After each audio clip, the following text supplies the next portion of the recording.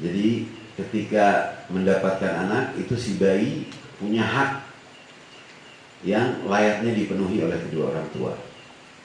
Dari riwayat-riwayat dan hadis yang ada disebut ada 7 terutama. Yang pertama adalah ketika bayi itu lahir diadzanin, dikumandangkan azan oleh ayah afdalnya atau ibunya di telinga kanannya. Jadi yang pertama dia dengar adalah suara azan.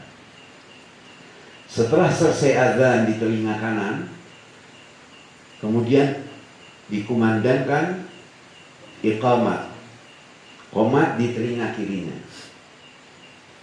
Dan subhanallah, hidup ini antara azan dan iqamat. Dan ini saking sebegitu pentingnya, makanya juga ketika azan berkumandang, mustahab.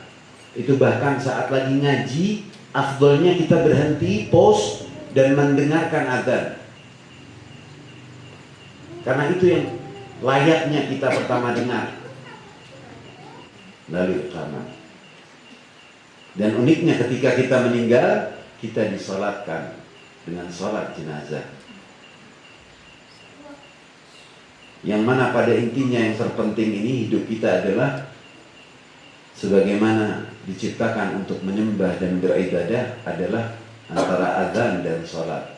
Jadi ketika hal lain itu datang saatnya, itu dikesampingkan dahulu semua. Makanya azan ihtiramnya harus berhenti, pause bahkan saat ngaji. Kemudian sholat di waktunya. Jadi itu yang pertama, azan di telinga kanan, kemudian qomat di telinga kiri. Yang kedua adalah memberinya nama yang baik. Yusammihi bi ihsan. Memberikan nama yang baik. Kalau ada orang alim di sekitar, bisa ditanyakan untuk dimintakan nama yang baik. Kalau yang biasa ahli bisa menghitung dan mengetahui konstruksi sehingga bisa memberi nama yang selaras dengan nama orang tuanya, dengan nama ibunya yang mana dia keluar dari rahimnya, dan ada metagen dari nama orang tua itu sehingga konstruksinya baik dan nama maknanya juga baik dan susunan rangkaian hurufnya juga baik. Itu menjadi mendapatkan nama bi ihsan karena dia mempunyai pengaruh nama itu sepanjang masa hidupnya, melekat nama itu.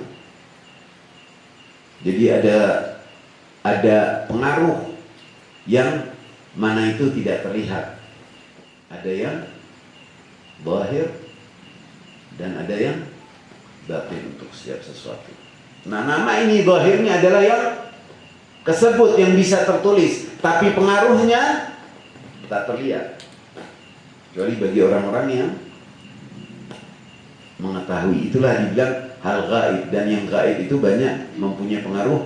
Menurut sains saja 70% dari kehidupan kita sehari-hari. Antara remote dan TV tidak terlihat apa yang bisa merubah TV itu, dan bagaimana programnya bisa berubah hanya dengan memencet angka dan sebagainya. Foto zaman sekarang dikirim, yang terima bisa ratusan orang. Siapa yang mengantarnya kita gak melihat, kita hanya percaya total pada itu. Nah, begitu pun dalam keseharian dunia ini. Jadi yang kedua adalah memberi nama yang baik. Ketiga, memotong rambutnya. Bagusnya itu kalau akikah di hari ke-7, atau jika tidak bisa ya hari-hari setelahnya. Ada yang bilang ke-21, ada yang bilang ke-40. Nah, itu memotong rambutnya. Sunnah potong sebisanya aja. Lalu kemudian memberi infak, bersedekah seberat timbangan rambut yang dipotong. Bahkan ada riwayat yang sesuai berat badan si anak untuk mengeluarkan dengan jumlah perak atau emas.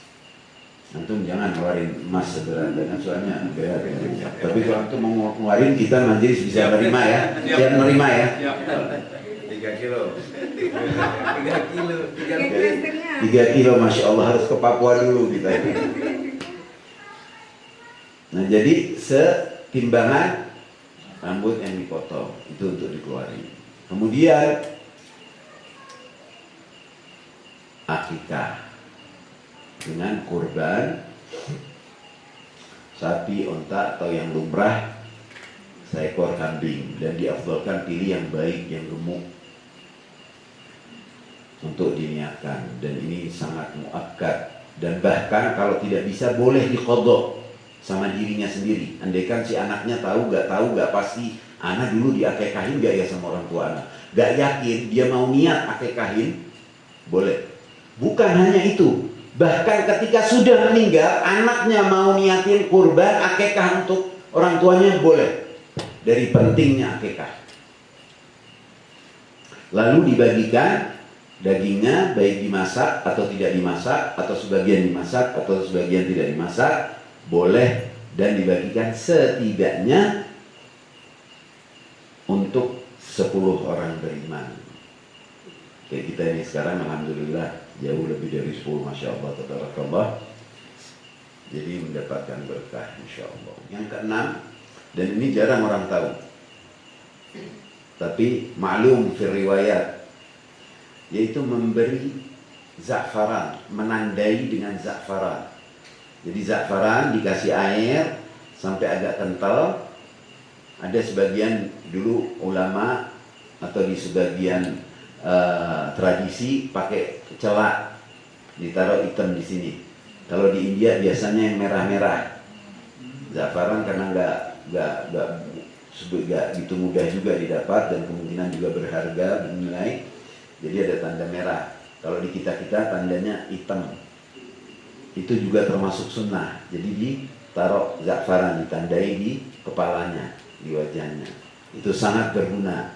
Untuk paling enggak, karena dia masih rentan dan mata itu saat memandang juga punya kekuatan. Jadi ada istilah tidak kena ain, salah satu di antaranya. Alhamdulillah Hasan tadi saya sudah berikan. Alhamdulillah za'faran dahulu, kemudian juga dengan celak. Alhamdulillah wa syukurillah. Itu yang ke-6.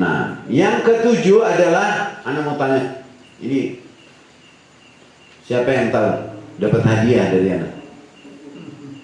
Yang ke-7 apa? Junat. Pintar, Masya Allah. Antum dapat hadiah salawat. Ayo salawat untuk Pak Yuri.